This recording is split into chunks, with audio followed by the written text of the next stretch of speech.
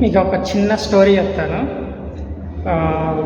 శ్రీకృష్ణదేవరాయలు, తెనాలి రామకృష్ణ ఇద్దరు వేటకెళ్తారనమాట. అంటే వాళ్ళతో పాటే కొంతమంది సైనికులు కూడా బయలుదేరుతారు. సైనికులందరూ వెనకాల నడుస్తూ ఉంటారనమాట ఫారెస్ట్లో. ముందేమో రాజుగారు, మంత్రి తెనాలి రామకృష్ణ ఇద్దరు గుర్రం మీద ముందెళ్తూ ఉంటారు. వాళ్ళిద్దరు వెనకాల సైనికులు ఫాలో అవుతూ ఉంటారనమాట.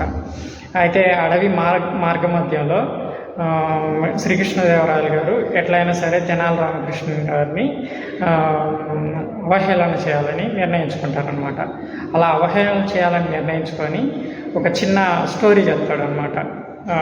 స్టోరీ కాదు, ఒక డ్రీమ్ గురించి చెప్తాడనమాట తెనాలి రామకృష్ణతో.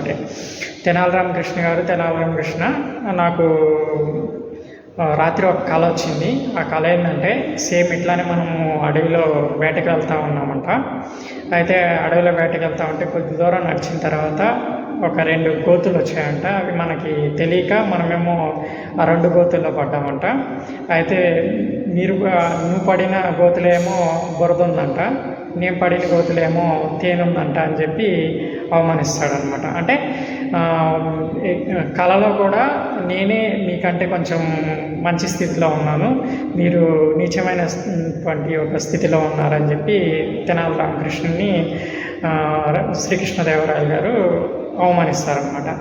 అయితే తెనాలి రామకృష్ణ గారు కొంచెం సేపు ఆలోచించి నీ పని ఇట్లా ఉందా అని చెప్పి రాజుగారితో ఇట్లా అంటారనమాట తెనాలి రామకృష్ణ. అవును రాజుగారు, నాకు కూడా సేమ్ ఇట్లాంటి కళ వచ్చింది రాత్రి. అదెంతో కానీ మన ఇద్దరు కళ్ళలో కూడా సేమ్ కళలే వస్తున్నాయి మన ఇద్దరికి. అయితే నాకు వచ్చిన కళ్ళలో కూడా సేమ్ ఇట్లానే మనం ఫారెస్ట్లో నడుచుకుంటూ వెళ్తూ ఉన్నామంట వేటకి. అయితే సేమ్ ఇట్లానే ఇద్దరము చెరకు గోతులు పడ్డామంట. నా కళ్ళలో కూడా సేమ్ అట్లానే వచ్చింది. మీరు పడ్డ గోతులేమో తేనుందంట, నేను పడ్డ గోతులేమో బురద ఉందంట అని చెప్పి చెప్తాడనమాట. ఓహో అట్లానా అంటాడనమాట శ్రీకృష్ణదేవరాయలు. అయితే కొంచెం ముందుకెళ్ళి తెనాలి రామకృష్ణ గారు ఆ తర్వాత గోతులోంచి మనిద్దరం బయటకు వచ్చామంట.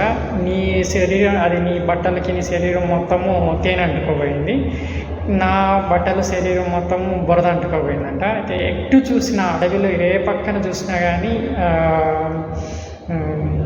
వాటర్ అనేది ఎక్కడ కనిపించలేదు అనమాట క్లీన్ చేసుకోవడం కోసం. అందువల్ల మీరేమో నా బురదని క్లీన్ చేశారంట, నేనేమో మీ తేనెని క్లీన్ చేశానంట అని చెప్పి చెప్తాడనమాట. యాక్చువల్ చెప్పాలంటే ఇట్లా చెప్పాడు. ఏమని చెప్తాడంటే కొంచెం వినడానికి కొంచెం అగ్లీగా ఉంటుందని ఇట్లా చెప్పాను. ఏం చెప్తాడంటే తెనాలి రామకృష్ణ, ఎటు చూసినా వాటర్ లేవు కాబట్టి మిమ్మల్ని నేను నాకేనంట, నన్ను మీరు నాకేనంట అని చెప్పి చెప్తాడనమాట. ఓకేనా?